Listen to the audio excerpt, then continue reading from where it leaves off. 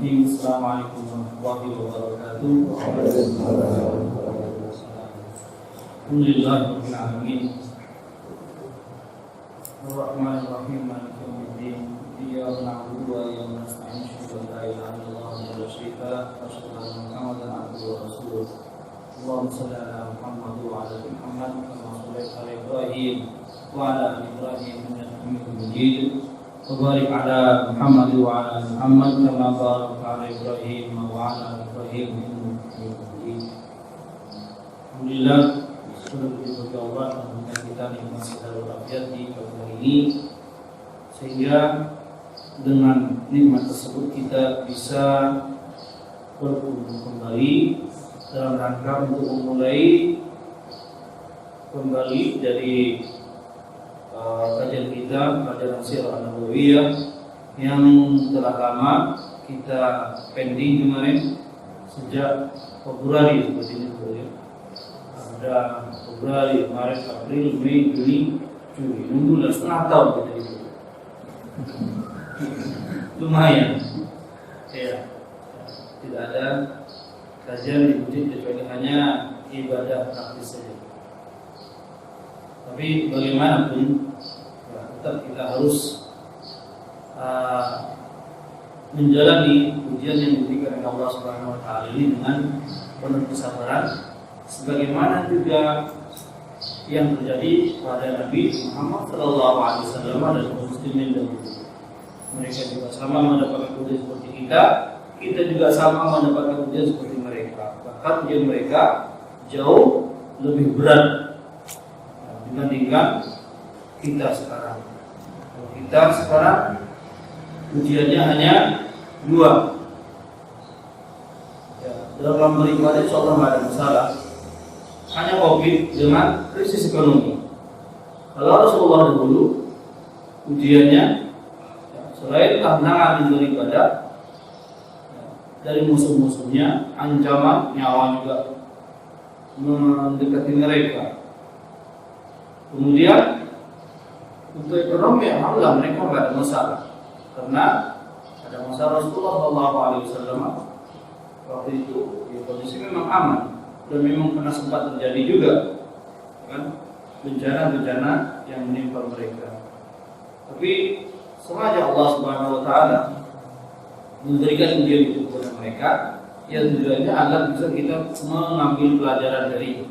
Karena kalau musibah itu tidak terjadi pada Rasulullah dan sahabat-sahabatnya, pasti kita tidak akan bisa mengambil pelajaran bagaimana cara menyikapi ketika musibah itu menimpa kita. Karena pada masa itu terjadi apa yang terjadi pada kita sekarang, sehingga kita bisa mengambil pelajaran dan tahu bagaimana cara menyikapinya. Karena itu Rasulullah SAW beliau mengingatkan kepada kita dalam sabdanya, ajaban abdul mu'mini inna kullahu amruhu khair wa laysa dzalika illa lil mu'min. Sungguh ajaib, semua urusan orang-orang mukmin itu dan tidak ada keajaiban kecuali hanya bagi orang mukmin. Bukan hanya Islam, tapi harus beriman. Dan Rasul tidak mengatakan ajaban amril muslim, ya, amril mukmin. Orang yang beriman kepada Allah Subhanahu Wa Taala, jadi iman maksud dari Islam. Apa kata beliau? Mungkin sudah sering kita dengar. Di antaranya adalah in asabat usarra syakar, kalau dia mendapatkan kebahagiaan maka dia akan selalu mensyukuri nikmat yang telah diberikan oleh Allah Subhanahu Wa Taala itu, sehingga tidak membuat Allah menjadi murka kepadanya lalu menimpakan azab. Andai pun musibah datang kepadanya, itu bukan azab, tapi bisa jadi itu adalah hanya ujian Allah untuk meningkatkan kualitas keimanan mereka, lolos atau tidak. Sebagaimana anak sekolah yang ketika ingin naik tingkat harus diuji kemampuan belajarnya, kemampuan ilmunya sampai di mana, seperti apa, sehingga dia giat belajar di situ. Kemudian setelah lulus, dapatlah dia nilai yang bagus, dapat di peringkat yang baik. Untuk orang mukmin begitu. In asabahu dharra sabar. Kalau dia tertimpa musibah, maka dia juga bersabar. Karena memang ini adalah satu-satunya cara yang bisa kita lakukan dari kaum muslimin dengan cara bersabar terhadap apa yang telah diberikan oleh Allah Subhanahu wa taala dari bencana yang kita dapat. Karena di balik kesabaran itu, Masya Allah, luar biasa banyak kenikmatannya. Di antaranya adalah dengan bersabar ketika musibah itu menimpa kita, membuat hati kita lebih tenang, tidak gelisah, tidak gundah gulana. Kalau musibah itu tertimpa kepada kita, kemudian kita tidak sabar, musibahnya double lagi, tambah berat. Apakah dengan kita marah-marah, kemudian kita gundah gulana, musibah itu lalu hilang dari kita? Enggak, malah tambah beban. Kemana-mana jadi kabur. Belum, apakah terus keluarga dengan kita menjadi gundah gulana akan terselesaikan? Tidak juga. Akhirnya apa? Pikiran tidak jernih. Mau gimana pusing aja bawaannya terus gara-gara gundah gulana, tidak sabar. Tapi dengan sabar, bertawakal kepada Allah, berdoa kepada Allah, maka Allah yang akan memberikan jalan keluar baginya nanti. Makanya Rasulullah mengajarkan kepada kita, kalau kita tertimpa musibah, kata beliau adalah mengucapkan bagaimana yang telah dijelaskan oleh Abu Salamah kepada istrinya. Dan ketika sebelum terjadi peperangan Uhud, Abu Salamah mendengar pesan dari Rasulullah. Kata beliau, barang siapa yang tertimpa musibah, apapun itu bentuk musibahnya, kemudian dia mengucapkan inna lillahi wa inna ilaihi raji'un, Allahumma ajurni fi musibati wa akhlif li khairan minha. Artinya, sesungguhnya kami adalah milik Allah dan kepadanya lah kami akan kembali. Ya Allah, berikanlah aku pahala di balik musibah yang aku derita ini. Walaupun katakanlah musibah itu merugikan kita secara materi misalnya, maka illa akhlaf khairan minhu, kata Rasulullah SAW, mereka Allah Subhanahu wa taala akan menggantikan kerugian yang diderita olehnya tadi. Pasti. Kenapa? Janji Rasulullah SAW tidak pernah bohong.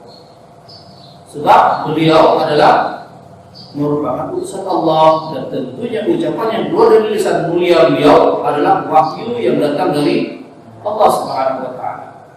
Kemudian setelah nyampe ke rumahnya, Abu Salamah menceritakan kepada istrinya, Rasulullah tadi menyampaikan pesan kepada kita, katanya begini. Ya sudah, akhirnya ya karena Ummu Salamah juga orang Arab, sehingga sekali pesan itu disampaikan oleh suaminya kepada istrinya, ya Ummu Salamah langsung hafal, beda sama kita.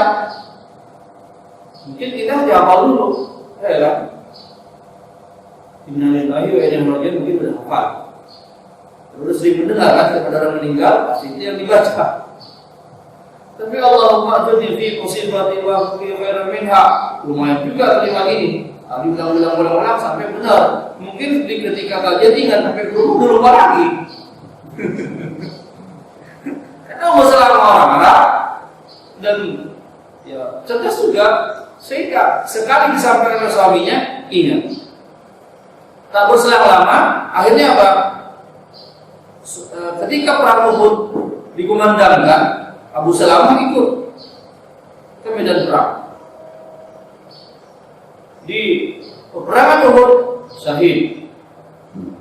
Ketika kaum muslimin pulang kembali ke rumahnya selesai dari perang Uhud, Ummu Salamah bertanya, ditanyakan pertama, bagaimana kabarnya Rasulullah? Dan pasukan, alhamdulillah Rasulullah sehat walafiat, walaupun ya sedikit cedera begitu. Alhamdulillah Rasulullah sehat. Baru saya ditanya, bagaimana kabar suami saya? Ini menunjukkan bahwa cintanya Ummu Salamah kepada Rasulullah dibandingkan suaminya jauh lebih besar. Baru yang pernah tanyakan suaminya, "Gimana kabar suami saya?" "Suami ibu sakit." "Alhamdulillah." Sakit suami saya. Di situ Ummu Salamah teringat. Kata suami saya kemarin dapat pesan dari Rasulullah, kalau seseorang tertimpa musibah, hendaknya dia mengucapkan inna lillahi wa inna ilaihi raji'un. Kemudian ucapkan selanjutnya Allahumma jurni, ya. Allahumma jurni, dua kata, fi musibati, tiga kata, wa khufli, empat, khairan minha, lima. Allahumma jurni fi musibati wa khufli khairan minha. Coba kita baca bersama dulu. Allahumma jurni fi musibati wa khufli khairan minha. Kita ulang 3 kali. Karena ini penting doa. Allahumma jurni fi musibati wa khufli khairan minha. Dua lagi. Allahumma jurni fi musibati wa khufli khairan minha. Satu lagi. Allahumma jurni fi musibati wa khufli khairan minha. Ini doa yang diajarkan oleh Rasulullah SAW kepada Abu Salamah, kemudian disampaikan kepada istrinya, lalu istrinya mengucapkan kalimat ini ketika mendapatkan musibah di saat suaminya syahid. Tapi setelah mengucapkan kalimat ini, Ummu Salamah heran, bingunglah begitu. Karena dia paham artinya. Ya Allah, berikanlah aku pahala di balik musibah yang aku derita ini. Kemudian wa khufli khairan minha, dan gantikanlah dengan yang lebih baik. Dia otomatis kan berharap kepada Allah akan mendapatkan ganti daripada Abu Salamah yang lebih baik darinya. Pikirnya Abu Salamah, siapa orang yang lebih baik dari suami saya yang menggantikan suami saya? Emang ada katanya. Karena Abu Salamah tahu suaminya subhanallah baik banget orangnya. Ada kata dia. Apalagi saya kondisi janda kayak gini kata dia.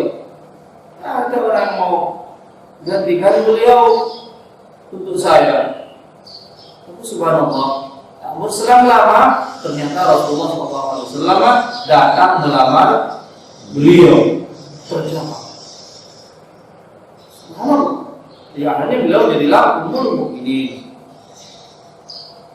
Jangan kita yang bisa diambil pelajaran dari sini ya, kita jangan sampai ketika mendapatkan musibah, kalau sedih, gundah gulana, lupa dengan Sang Pencipta bahwa Allah Subhanahu Wa Taala zat yang maha melindungi. Jangan lupa dengannya, karena dia yang akan membuat kita lebih baik. Subhanallah, luar biasa. Maaf saya cerita sedikit pengalaman pribadi. Saya mencoba menerapkan ini kemarin, ya sebelum lockdown, sebelum corona itu terjadi. Di saat saya mendapat jadwal kajian di Tanah Abang, hari Kamis waktu itu, jam 9:30 saya berangkat dari rumah menuju ke stasiun Bojonggede. Qadarullah, di tengah jalan, karena tadinya memang lari 60 pakai motor, terus berdua dengan orang begitu kan di depan saya, dia kaget karena ternyata bukan penduduk situ, bukan orang Cibinong dari Jakarta.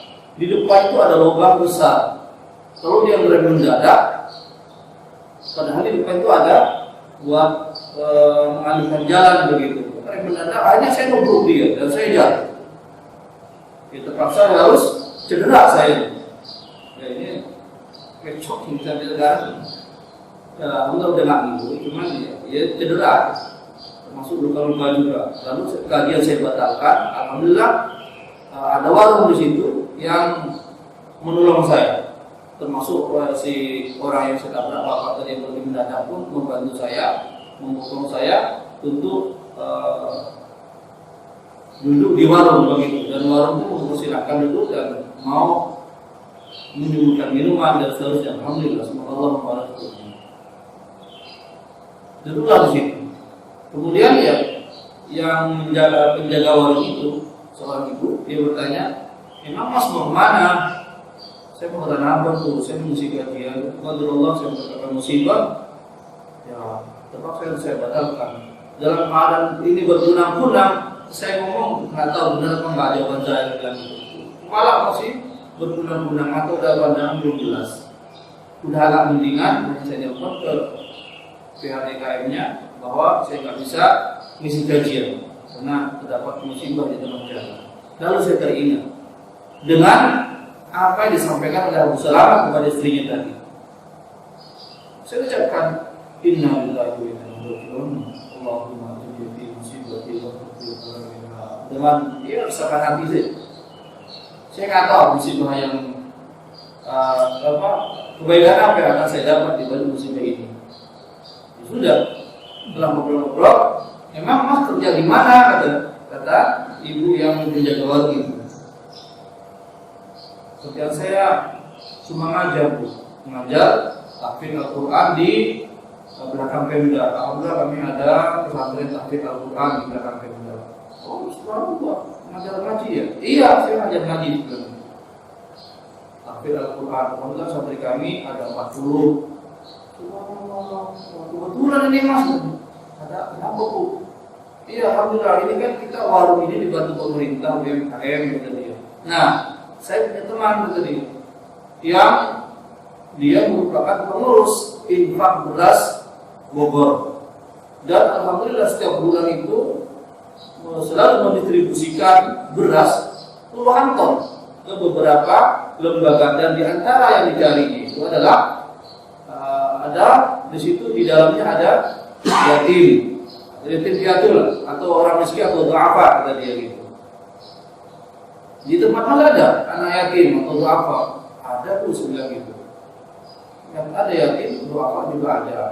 "Nah, kebetulan ini nanti berapa nomor HP-nya bisa saya sampaikan nanti. Karena memang infak Bogor kan baru berdiri," kata dia. "Dan memang lagi sekarang mencari kemana harus mendistribusikan amanah kaum muslimin ini." Gitu. Saya kasih nomor HP, "Tapi boleh berkunjungnya ke Mas dulu ya sebelum ini, nanti sebelum berasnya didistribusikan." "Disilakan," bilang itu. "Kita di belakang Pemda, belakang Kodim, di Pemda belakang Kodim 60 meter lah belakang itu ada masjid, silakan datang sana." Subhanallah, betul. Datang. Kemudian pengurusnya ya ngobrol dengan saya sebentar. 3 hari kemudian datang beras 3 kintal. Subhanallah, pada dalam pikiran saya, subhanallah, santri saya untuk mendapatkan bantuan beras 3 kintal saat pandemi COVID kayak gini, saya harus kecelakaan dulu gitu. Kenapa nggak celaka? Saya pasti bablas ke stasiun dan nggak akan ketemu dengan perantara itu. Saya ceritakan kepada santri, subhanallah, pada santri saya.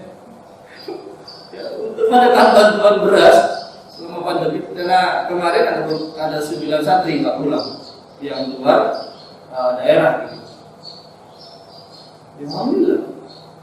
Akhirnya saya mencoba mengingat kembali, subhanallah, betul jadinya Rasulullah SAW bahwa ketika kita mengucapkan inna lillahi wa inna ilaihi raji'un, Allahumma ajirni fi musibati wa akhlif li khairan minha, Allah akan gantikan. Tapi dengan cara apa? Wallahu a'lam.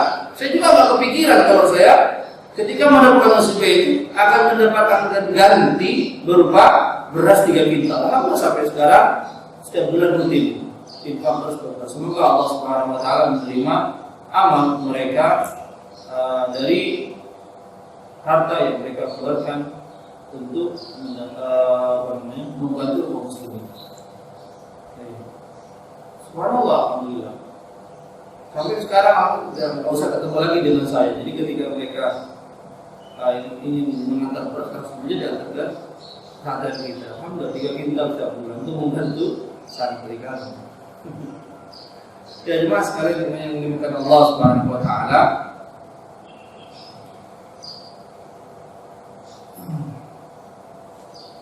Maka Allah Subhanahu wa taala mengingatkan kepada kita dalam firman-Nya surah Saba ayat 39, "Wa ma anfaqtum min syai'in fa huwa yukhlifu wa huwa khairur raziqin." Dan apapun yang kalian infakkan di sisi Allah Subhanahu wa taala dari apa yang kalian miliki, niscaya Dia akan menggantinya, dan Dia yang Maha Pemberi rezeki untuk kita. Nah, inilah pentingnya untuk kita ketika kita mendapatkan musibah harus bersabar, tenangkan hati, serahkan diri kepada Allah, minta pertolongan kepada Allah, minta solusi kepada Allah, sambil kita juga ada usaha. Kita hubungi teman-teman kita. Inilah penting silaturahim itu. Ya, hanya Rasulullah mengingatkan kepada kita, "Man ahabba ayyun sa'alahu fi rizqihi wa in sa'alahu fi adarihi falyasir rahimah," kata beliau. Barang siapa yang menginginkan agar rezekinya dilancarkan, kemudian umurnya dipanjangkan, hendaklah dia menyambung suatu rahim dengan teman-temannya, dengan saudaranya. Ini pesan Rasulullah SAW. Disuruh ya, tentunya bersabar. Kalau kita nggak sabar, nggak mungkin kita mendatangi teman, nggak mungkin kita mau ngobrol. Yang ada adanya apa? Mau ngurus diri di rumah, pusing kepala, tidur mulu kerjanya, nggak mau kemana-mana. Kenapa? Pusing. Subhanallah, pesan Rasulullah SAW kepada kita. Nah, kemudian berserah diri kepada Allah Subhanahu wa taala dengan tetap memohon kepadanya, menjalankan perintahnya dan menjauhi larangannya adalah inti daripada takwa. Di situ hanya Allah Subhanahu wa taala yang akan memberikan jalan keluar. Sebagaimana firman-Nya, "Wa may yattaqillaha yaj'al lahu makhraja." Nah, inilah sekilas yang bisa kita lakukan. Alhamdulillah sebentar lagi Idul Adha tiba di hadapan kita, dan sekarang sudah masuk di tanggal 4 Zulhijjah. Ya, tentunya bagi kita ya, mungkin kemarin khutbah Jumat membahas Idul Adha. Nah, sudah. Ya, yang jelas. Ya, ini materi kita hanya sedikit lanjutan dari kemarin, yaitu sekarang menjelaskan tentang keutamaan Khadijah saja. Ya, hubungannya dengan ini dengan cobaan. Ya, saya mengingatkan kembali kepada saya sendiri dan juga kepada jemaah sekalian, ya, berkenaan dengan Idul Adha. Sebelum tiba Idul Adha, ada yang disebut dengan hari Arafah, tanggal 9 Zulhijjah. Nah, ketika datang hari itu, insyaallah kalau tidak berubah jadwalnya adalah hari Kamis, bertepatan dengan tanggal 30 Juli. Subhanallah, kita kalikan 2 pahala di situ. Puasa Kamis, kemudian puasa Arafah. Apa jadinya Rasulullah SAW? Orang yang berpuasa 1 hari saja di tanggal di 9 Zulhijjah tersebut, kata beliau, "Siyamu yaumi Arafah tasibu 'ala Allah ayukaffiru sanatan allati qablahu wal ladzi ba'dahu." Puasa 1 hari di hari Arafah tanggal 9 Zulhijjah,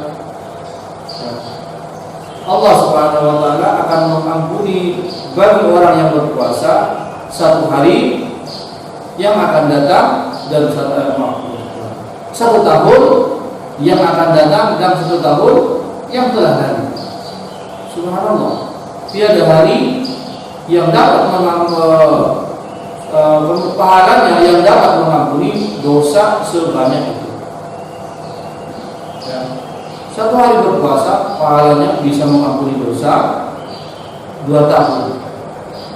Dengan izin Allah Subhanahu wa taala. Karena itu kita berusaha untuk menjaga puasa ini. Ya, ajak keluarga kita berpuasa di tanggal 9 Dzulhijjah Yaumul Arafah. Apalagi sekarang kondisi kita seperti ini. Boleh jadi ini adalah disebabkan karena dosa-dosa kita. Ya kan? Maka Allah Subhanahu wa taala menginginkan kepada hamba-Nya untuk melakukan sesuatu agar dosa itu diangkat.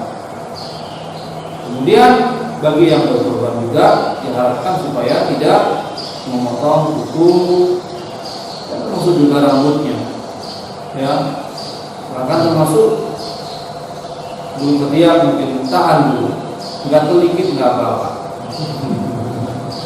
Ya, ulama menjelaskan hikmah dibalik kenapa Rasulullah melarang kita untuk memotong kuku dan juga mencukur rambut, kecuali hewan kurbannya tentunya bagi orang yang mau berkorban saja. Oleh yang berkorban yang ada hubungan dengan itu, yang mau berkorban. Nah, harapannya adalah di balik itu berharap ketika hewan korban kita dipotong, kemudian itu juga memotong setelahnya tentunya memotong rambut, memotong kuku dan juga cukur rambut. Berharap dosa-dosa kita itu juga ikut berjatuhan bersama dengan mengalirnya darah hewan kurban yang kita potong.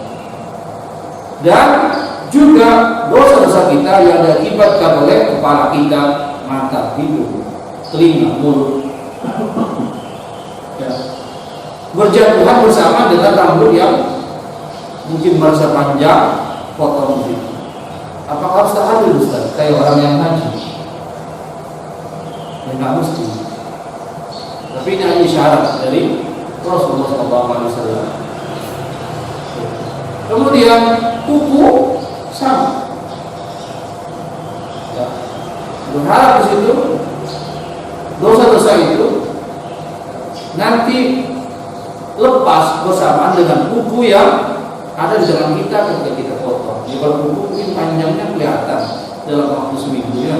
Tapi kalau rambut seminggu kayaknya belum kelihatan panjangnya. Ya sudah, terserah. Gitu. Yang terbaik aja. Nah ini yang bisa kita lakukan ketika menjelang Idul Adha. Dan yang pasti di 10 awal bulan Dzulhijjah ini kita tetap menjaga kemuliaan bulan Dzulhijjah, bulan haram yang telah dijanjikan oleh Allah Subhanahu wa taala di dalamnya, ya, berupa pahala yang berlipat ganda bagi orang yang melakukan amal kebajikan di dalamnya. Dan jangan sampai melakukan hal yang dilarang oleh Allah Subhanahu wa taala semampu kita. Sebab ketika datang bulan Dzulhijjah ini, terutama 10 awal bulan Dzulhijjah, semua ulama sepakat. Bahkan dalam tafsir Al-Quran pun semuanya sama. Ulama fikih dan juga ulama tafsir, ulama hadis semuanya sepakat bahwa Allah Subhanahu wa taala akan memberikan kepadanya pahala berlipat ganda, sebagaimana juga dosanya yang berlipat ganda. Bukan berarti di luar bulan Dzulhijjah dihalalkan, tidak. Hanya saja ketika datang bulan ini, ya, dosanya kalau berbuat dosa maka akan dilipat gandakan oleh Allah Subhanahu wa taala. Kenapa? Ulama memberikan perumpamaan ketika Allah memuliakan sesuatu, berarti Allah Subhanahu wa taala benar-benar sangat menjaganya. Dan ketika melanggarnya, dan ketika kita melanggarnya, maka Allah pun akan murka kepada kita. Kalau itu berhubungan dengan hari, waktu, zaman, maka Allah ya akan memberikan dengan imbalannya sesuai dengan waktu itu. Kalau berhubungan dengan tempat, contoh kata Haram, kata Madinah, maka Allah Subhanahu wa taala akan memberikan pahala yang berlipat ganda dan juga dosa yang berlipat ganda yang pernah kita jelaskan di sini. Kenapa yang Masjidil Haram rumahnya semua di luar tanah haram kena alasan. Makanya kita hendaknya dengan datang bulan ini supaya bisa menjaga dengan baik, berharap Allah Subhanahu wa taala mengampuni dosa-dosa kita, kemudian ya Allah mengangkat derajat kita. Kalau Allah mengangkat derajat kita, insyaallah Allah Subhanahu wa taala akan memberikan kemudahan. Saya jemaah sekalian yang Allah Subhanahu wa taala, masuk ke materi sedikit saja.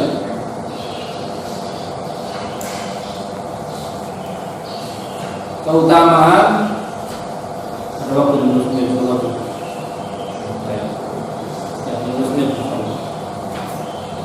keutamaan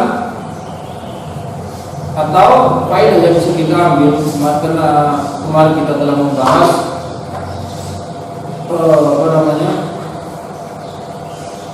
pernikahannya Rasulullah SAW dengan Khadijah, dan sekarang apa sih dibalik kisah Rasulullah SAW nikah dengan Khadijah, dan pelajaran apa yang bisa kita ambil?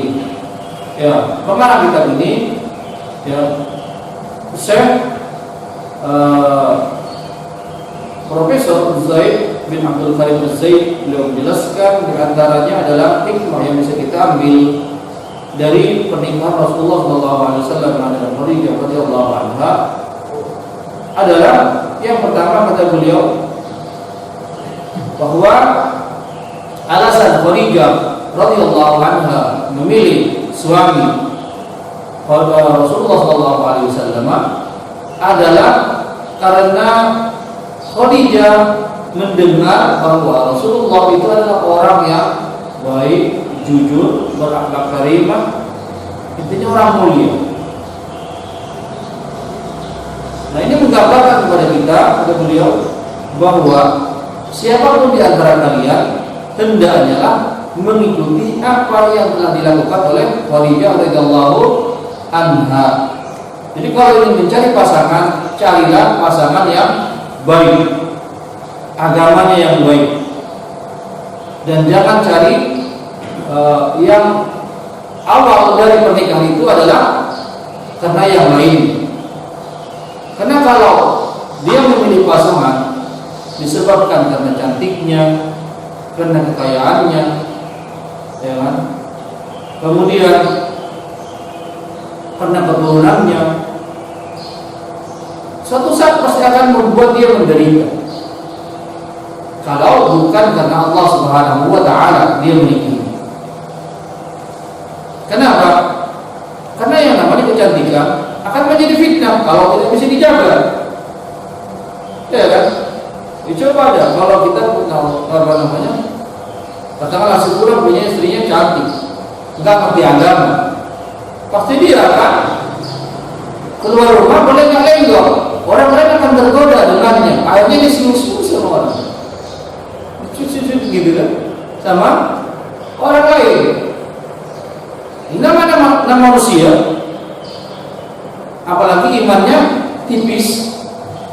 Di lama-lama tergoda juga, GR juga, awam sih GR, lama-lama ya ada juga setan yang kepincut nanti. Ya, maka kalau terus mempertahankan suaminya seperti itu, tidak lain dan tidak bukan, ya pasti nantinya akan menjadi masalah di saat suaminya tiada. Apalagi kalau istrinya sering ditinggalkan.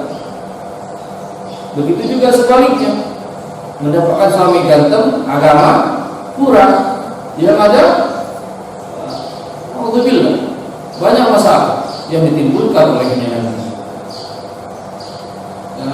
Dan kecantikan itu adalah sesuatu yang ya pemberi Allah Subhanahu wa taala, dan itu memang harus dijaga. Kalau tidak dijaga, ya bahaya. Dan di balik kecantikan itu juga pasti akan memerlukan biaya yang mahal, kan? Dan harus dijaga. Ini secara iman dia harus dijaga, secara materi harus dijaga, harus dimudahkan. Kalau nggak dimodali, ya lama-lama, ya. Iya kalau seandainya ekonomi keluarga itu cukup atau lebih dari cukup, kalau lagi pas-pasan, pas lagi mau beli bedak, duitnya kurang, bisa berantem terus nanti di keluarga, ya kan? Kalau istrinya nggak tahan, maka bisa jadi akan mencari pinjaman, pusing suaminya bayarnya, dan seterusnya. Ini kalau diawali dari kecantikan. Kemudian kalau memang kekayaan yang dia cari, maka akan menghinakannya nanti. Banyak kejadian dan banyak kasus ya yang curhat kepada kita dari jemaah, terutama dari mereka yang baru hijrah khususnya, bahkan termasuk mereka yang sudah lama hijrah. Curhat, suaminya mengeluh, saya di rumah tak dianggap sama istri saya. Kenapa Pak? Ya memang terus terang saya secara ekonomi kurang. Yang kerja itu istri saya, yang punya usaha istri saya. Akhirnya saya jadi korban di rumah. Ada yang kembali malah suaminya kerja, istrinya yang bekerja, suami jadi gantiin ibunya di rumah. Akhirnya apa yang terjadi? Mertua ibunya si perempuan, ibunya istri malah ya, menghinakan suaminya dia. Gimana ini katanya suami, tapi nggak mau mencari pekerjaan. Bukan saya nggak nyari kerjaan kata suaminya, sudah nyari begitu dapat ada, cuma nggak cukup, gajinya segitu gitu dia. Penghidupan keluarga saya kayak gini, sementara anak masih kecil gitu. Siapa yang menjaga? Kita mau nyari pembantu, nggak cukup tuh gajinya. Buat gaji pembantu sama-sama. Kalau dia mencari harta, ada yang sampai dibilang bisa ngeluh. Saya sama mertua dibilang suami perempuan, maksudnya suami kayak perempuan. Kenapa? Dia kerjanya di rumah aja terus gitu dia. Apalagi dengan kondisi kayak gini sekarang, masya Allah, ya, banyak kaum muslimin yang ya mungkin bukan hanya kaum muslimin saja, hatta kafirin mungkin sama. Banyak yang menderita luar biasa, mengeluh, bahkan sampai ada yang nangis kepada kita. Tapi saya bilang, saya mau bantu apa? Saya bilang itu. Paling solusinya kalau Ustaz itu dalam kondisi kayak gini ya kayak tadi, sabar, tawakal Allah, kemudian tingkatkan ibadah, iman dan kualitasnya, sambil berdoa dan usaha. Saya nggak bisa kasih kerjaan, saya bilang gitu. Ya nanti kalau yang nggak ada info, insya Allah saya kabar. Tapi katanya nggak ada info juga. Yang ada orang banyak ngeluh saja. Tapi alhamdulillah keluhan sudah mulai berkurang. Yang ada lagi orang-orang yang ngeluh. Kalau kita mencari harta maka akan kita dihinakan. Ya, tapi kalau, termasuk juga kalau kita mencarinya karena nasabnya, oh dia keturunan orang darah biru, maka suatu saat kita akan dihinakan. Tapi kalau kita menikahinya karena agamanya, dan inilah yang diperintahkan oleh Rasulullah SAW, maka dengannya akan terangkat derajatnya. Kenapa? Karena dengan agama yang baik, iman yang kokoh pada dirinya, membuat orang itu menjadi terhormat di dalamnya. Ya, akan menjadi terhormat. Kita lihat ya, orang yang mempunyai ilmu yang matang, iman yang kuat, ya, ketaatan yang baik kepada Allah Subhanahu wa taala, di mana-mana pasti dia akan menjadi orang yang terdepan. Ya, contoh kayak imam lah. Imam kan ya sekilas dia adalah orang yang terbaik di antara jemaah yang ada, kan begitu. Maka dia maju menjadi imam. Ketika dia menjadi imam, siapapun di belakang dia, mau dia presiden, mau dia menteri, pejabat dan yang lain, tetap akan ada di belakang dia. Kenapa begitu? Presiden harus ada di belakangnya imam yang berada di depan itu, Allah Subhanahu wa taala mengangkat derajatnya. Andai pun dia mempunyai harta, maka dia akan bisa menjaga harta tersebut dengan keimanannya. Tentunya karena kutip sini adalah imannya, adalah iman yang benar tentunya. Ya, akan bisa menjaga dari hartanya, terutama mencegah dia agar tidak terkontaminasi dengan harta-harta yang haram. Akhirnya apa? Hartanya mendapatkan barokah dari Allah Subhanahu wa taala, dan dia juga bisa menyalurkan kepada yang benar, yang diridhoi oleh Allah Subhanahu wa taala. Itu kalau iman ada di dalamnya, sehingga dia bisa mengolah harta tersebut dengan cara yang baik dan benar. Andai istrinya pun dia nikahi dengan mungkin awalnya karena cantiknya, maka akhirnya apa? Dia bisa menjaga keluarganya dengan baik. Maaf, saya teringat dengan kakak kelas saya dulu. Waktu kuliah di Saudi Arabia, dia bilang dia malu mahasiswa Mekah gitu. Insya Allah saya akan nikahi wanita tercantik di Tasik, di orang Tasik. Akhirnya apa? Betul dia mendapatkan istri yang cantik. Kita sekali kamu cantik itu. Ingat pesan Rasulullah, nikahi karena agamanya, enggak gampang. Oleh itu dengan kita nanti saya bina dia. Yang penting saya bina dulu dia, baru saya bina. Kata kita jangan. Nanti Allah Subhanahu wa taala akan menguji kamu. Gampang kok, target saya itu tadi, karena bapaknya kan kaya tuh, kerjanya dia punya pabrik 2 kata dia, kerjanya impor ekspor. Apa nanti saya mengendalikan keluarga harta orang tuanya supaya menjadi lebih baik kata dia. Iya, dia harus silakan kalau memang itu. Tapi nanti kamu tolong jangan kayak gitu kata kita. Diluruskan. Betul hanya nikah dengan putri bapak itu, setelah nikah berharap dia mendapatkan bagian dari perusahaan yang ada, saham dari perusahaan yang ada di dalamnya. Tapi ternyata apa kata bapaknya? Nah, cerita singkat itu, saya bisa mempunyai perusahaan besar ini mulainya dari nol, nggak langsung gede, nggak kata dia. Wah, cerita ketawa kita jadi kaget. Diharapkan adalah mendapatkan bagian saham, ternyata tidak. Mertuanya alhamdulillah kena mertua yang kenceng juga gitu kan. Ayo terpaksa mulai dari itu. Terus kemudian balik lagi ke Saudi Arabia.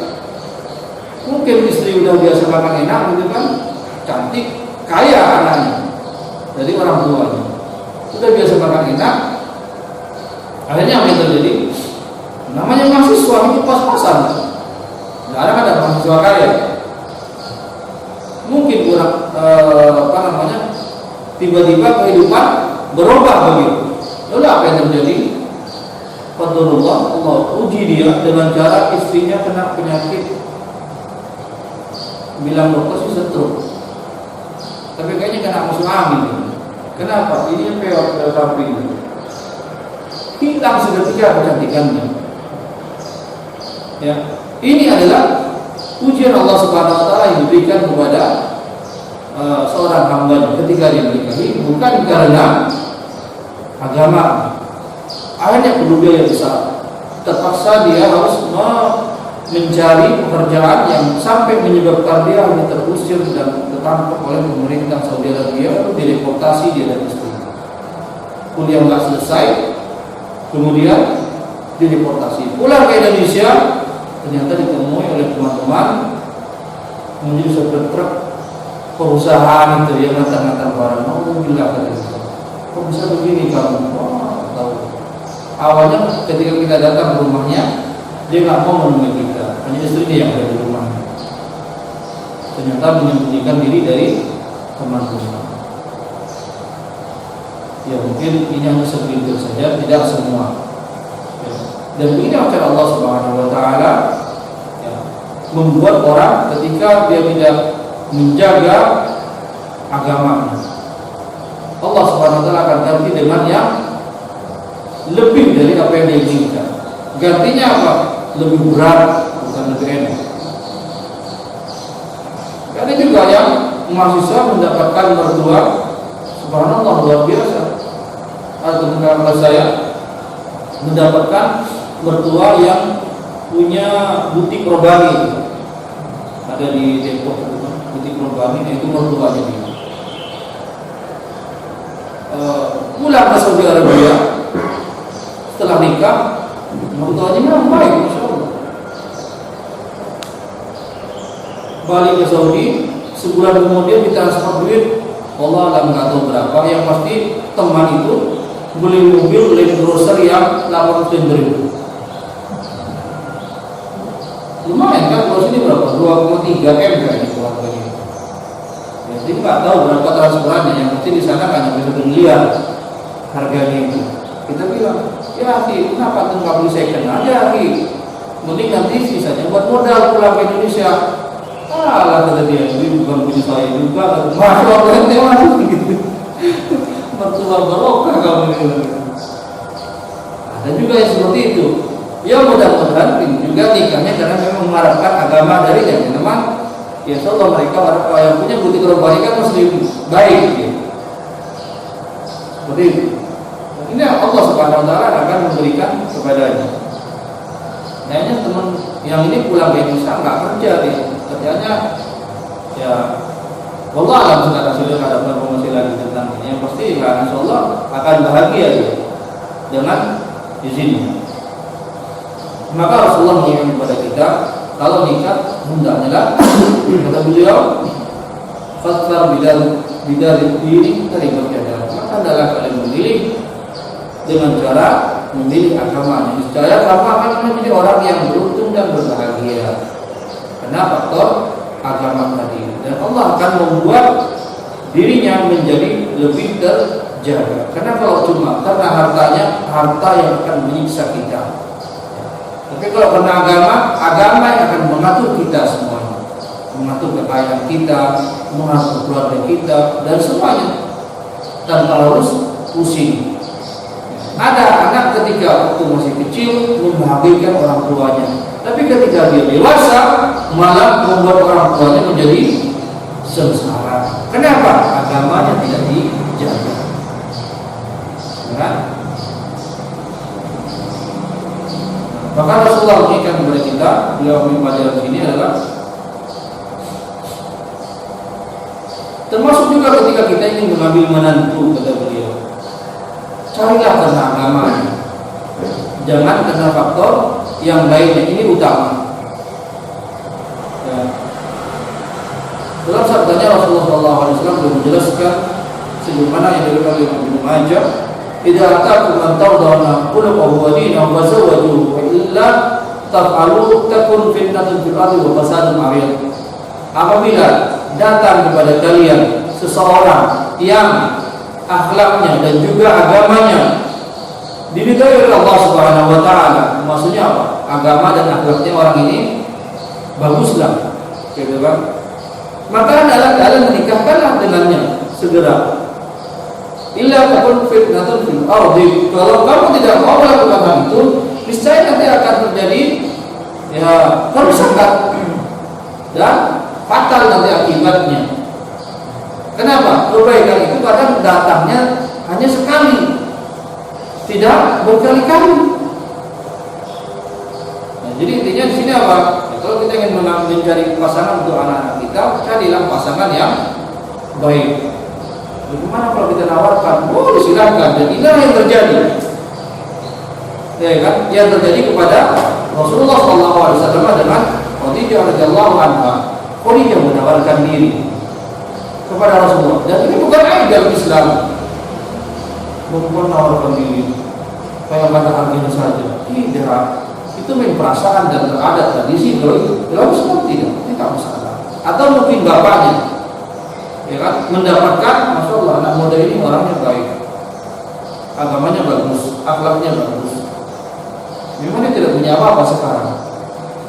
tapi insya Allah Allah yang akan membantunya, Allah yang akan menjaganya. Ya. Mungkin nanti secara ekonomi dia nggak makan banget begitu kan, tapi insya Allah Allah yang akan memberikan rezeki dengan caranya. Jadi nggak usah khawatir. Kemudian selanjutnya bagi kita adalah beliau menjelaskan pentingnya mencari pasangan yang untuk anak-anak kita, pasangan yang soleh dan solihah, tentunya yang sekufu juga. Jangan sampai ada yang tidak sekufu, karena kalau tidak sekufu bermasalah juga nantinya. Gitu. Jadi ada yang diunggulkan, ada nilai jualnya begitu. Rasulullah Khadijah secara agama kurang, ya kan? Waktu itu kan Islam belum datang. Islam datang setelah Rasulullah nikah dengan Khadijah kan? Iya, setelah Rasulullah mendapatkan wahyu tentunya. Ketika Rasulullah SAW berumur 40 tahun, ya, setelah nikah dengan Khadijah. Berarti sebelumnya agamanya hanya mengikuti agama Nabi Ibrahim alaihissalam. Tapi Khadijah mempunyai harta. Rasulullah secara harta tidak ada, cukup saja buat kehidupan sehari-hari. Tapi Rasulullah punya iman. Berarti apa di sini? Ada balance lagi. Khadijah punya harta, Rasulullah punya iman. Atau punya iman dua-duanya sebagaimana sahabat-sahabat yang lain, ya kan? Itu lebih bagus lagi. Jangan sampai, ya kan, pasangannya orang taat, ini nggak ngerti apa-apa, ngaji pun nggak bisa, entah saya bina, masalah nanti. Ini banyak kenyataan, ya, dari teman-teman seperti itu. Kayaknya dia pindah, ujung-ujungnya apa? Cerai. Kenapa? Susah banget dibilangin gitu. Ya, intinya harus sekufu. Umur juga mungkin itu menjadi pertimbangan agar apa? Biasa lebih dewasa. Nah, apakah harus 40 tahun? Apakah harus 25? Tidak mesti, tergantung apakah anak itu dewasa atau tidak.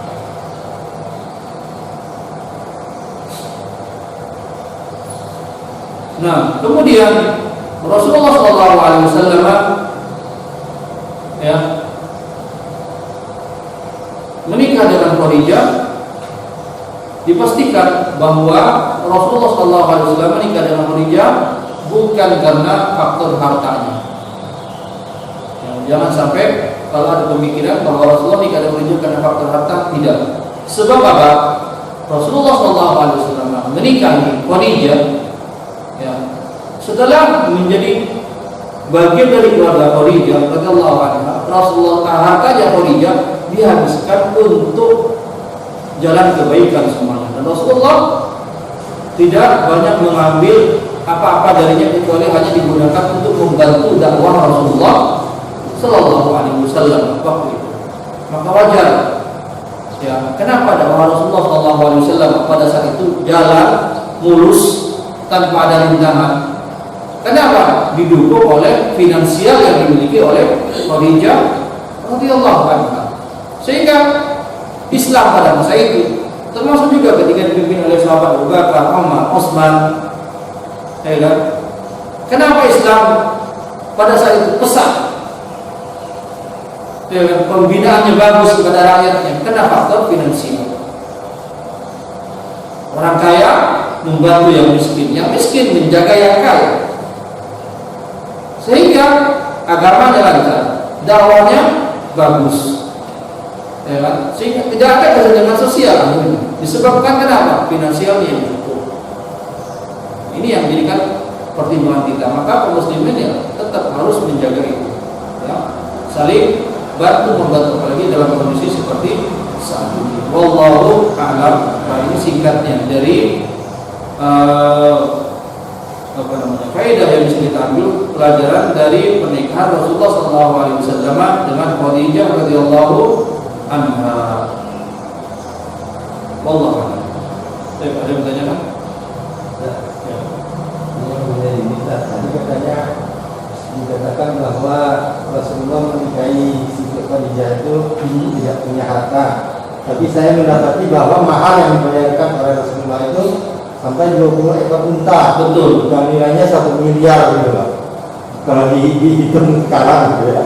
Ya, satu Artinya kan berarti Rasulullah tidak miskin-miskin amat gitu loh. betul. Iya. Ya, Khadijah. Kenapa dikatakan bahwa Rasulullah SAW tidak memiliki harta? Kalau dibandingkan dengan orang-orang Arab pada waktu itu, dan keluarganya Rasulullah bukan dari keluarga orang kaya. Beliau dalam kehidupannya hanya cukup. Ya memang 20 ekor unta pada masa itu biasa. Sebagaimana kita sekarang kalau menikah 1 ekor sapi. Gitu. Kenapa? Kekayaannya Khadijah jauh lebih banyak dibandingkan 20 ekor unta itu. Ya, makanya ini juga jadikan orang Arab jadikan patokan itu sekarang. Maka sempat disindir juga sama Syekh Suraim ketika khutbah Jumat pada waktu kita sholat Haram. Jangan kau jadikan alasan, kata Syekh Suraim di khutbah Jumatnya. Rasulullah pada masa itu dahulu saja beliau bisa memberikan mahar sebanyak 20 ekor onta. Masa sekarang masih 20 ekor onta juga? Ini alasan orang Arab membuat mahar pernikahan jadi mahal. Ya tidak. Karena bagi mereka pada waktu itu 20 ekor itu adalah hal yang biasa. Bagaimana kita sekarang itu 1 ekor sapi. Ya kalau dihitung sekarang memang mahal. Kenapa kok Rasulullah bisa memberikan 20 ekor onta? Karena duitnya dirham, dinar, emas.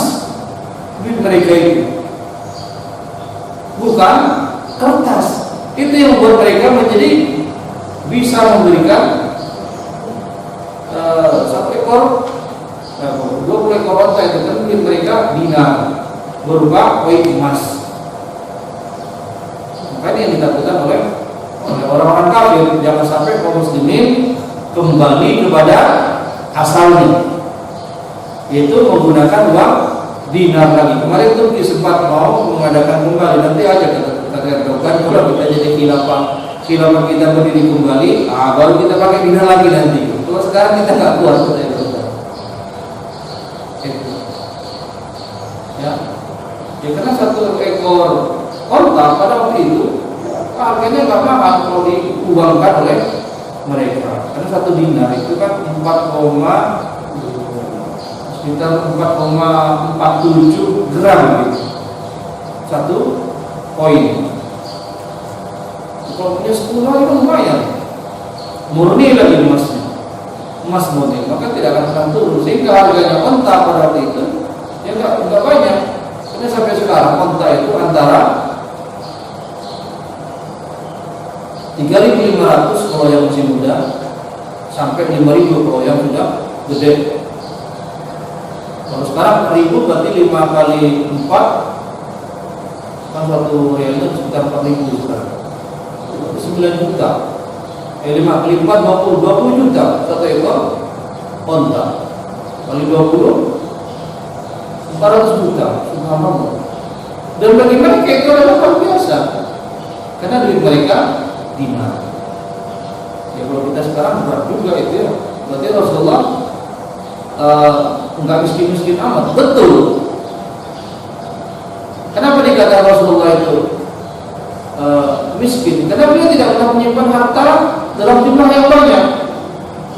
Suatu contoh, ketika beliau menjadi seorang nabi di kota Madinah, pernah satu ketika Rasulullah sholat asar bersama sahabat. Kemudian selesai Assalamualaikum, Rasulullah langsung masuk ke dalam kamarnya, ke dalam rumahnya. Sahabat Abu Bakar, Umar, Utsman yang berjemaah di belakangnya pada heran, kenapa Rasulullah nggak tidur dulu, kemudian masuk ke dalam rumahnya? Habis itu baru beliau masuk lagi dan berzikir. Selesai zikir, sahabat bertanya, ya Rasulullah ada apa ya Rasulullah? Kok tadi selesai sholat Anda kok terburu-buru masuk dalam kamar? Apakah ada wajah? Apakah ada malaikat nunggu dalam rumah? Tidak. Tadi sudah sore saya teringat di dalam rumah saya ada makanan yang tersisa. Saya khawatir makanan itu nginep sampai besok saya pun sempat bagikan kepada kaum muslimin yang berhak. Akhir sore, subhanallah. Ada makanan takut nginep sampai besok dan kaum muslimin sangat kelaparan dan beliau memimpin waktu itu. Segitunya beliau. Kalau kita sekarang gimana? Ini menunjukkan bahwa Rasulullah tidak pernah menyimpan harta banyak. Maka kalau dikatakan miskin, iya. Karena pernah juga sempat. Ketika pagi hari, ya waktu jam 7 lah begitu, bertanya kepada istri Aisyah radhiyallahu anha, istriku, ada makanan nggak pagi ini? Nggak ada, kata beliau. Akhirnya apa? Beliau, ya kalau begitu kata beliau, dan mana asal beliau itu saya puasa aja dah. Karena nggak ada makanan di rumah. Dan pernah beliau juga seminggu berturut-turut makanan cuma kurma, bukan ada makanan, nggak ada gandum, nggak ada. Kalau dikatakan miskin, iya, karena beliau tidak pernah menyimpan harta yang banyak. Kalau beliau dikatakan kaya, kaya. Karena sekali punya dapat harta yang banyak, langsung diinfakkan sebanyak-banyak itu. Nah inilah yang bisa kita ambil pelajaran dari Rasulullah Shallallahu Alaihi Wasallam. Termasuk juga ketika beliau menolak istri yang lain. Hampir semuanya setara maharnya itu dengan mahar yang diberikan kepada wanita itu. Wallahu a'lam.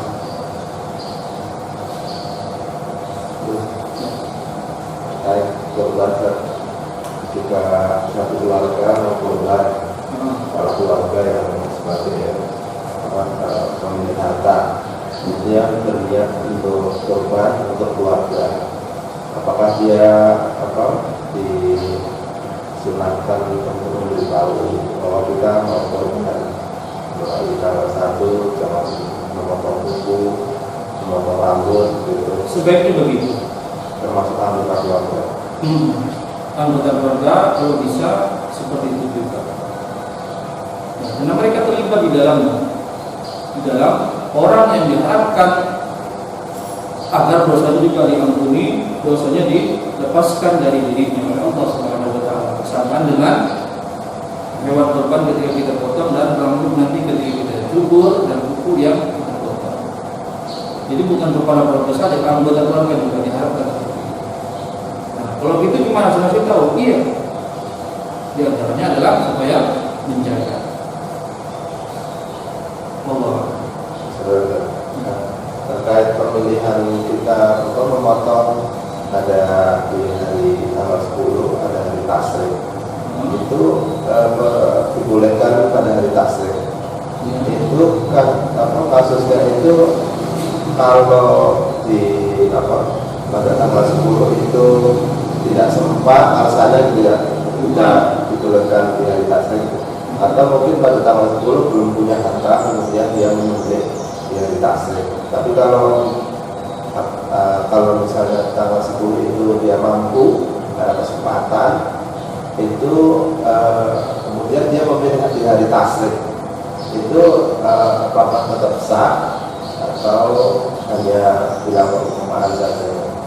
Ya, yang dianjurkan untuk orang yang ingin berkorban hari-harinya adalah hari tasrik itu berbeda. 10 kan hari Jumat ya. Kalau misalkan tidak sempat, ada waktu lagi 3 hari setelahnya. Makanya Rasulullah mengatakan yaum aklin wa syurbin, hari makan dan minum yang beliau tidak menganjurkan kita untuk berpuasa sunnah, walaupun bertepatan dengan hari Senin, hari Kamis, atau bertepatan dengan tanggal yang lain. Gitu. Jadi kita kalau ingin berkorban dan tidak sempat berkorban di hari Idul Adha pas tanggal 10-nya, silakan 11, 12, 13 dan bagi kepada kaum muslimin. Ada pun setelahnya makan di silakan.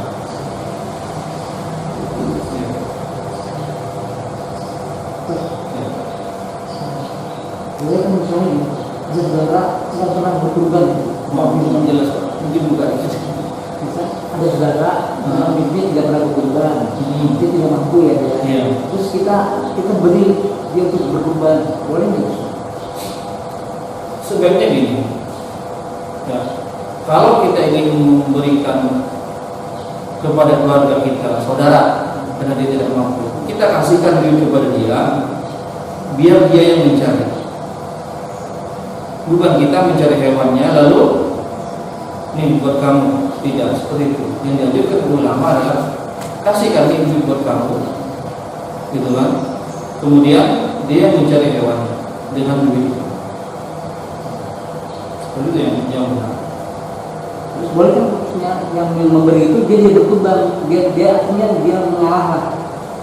Kenapa mengalah? Nggak mau pahala juga. Makanya saya tanya dulu, kenapa boleh nggak begitu urusan ini? Karena kasihan gitu kan, dia tidak pernah berkurban. Dalam Islam tidak ada istilah mengurangi orang yang berbuat baik.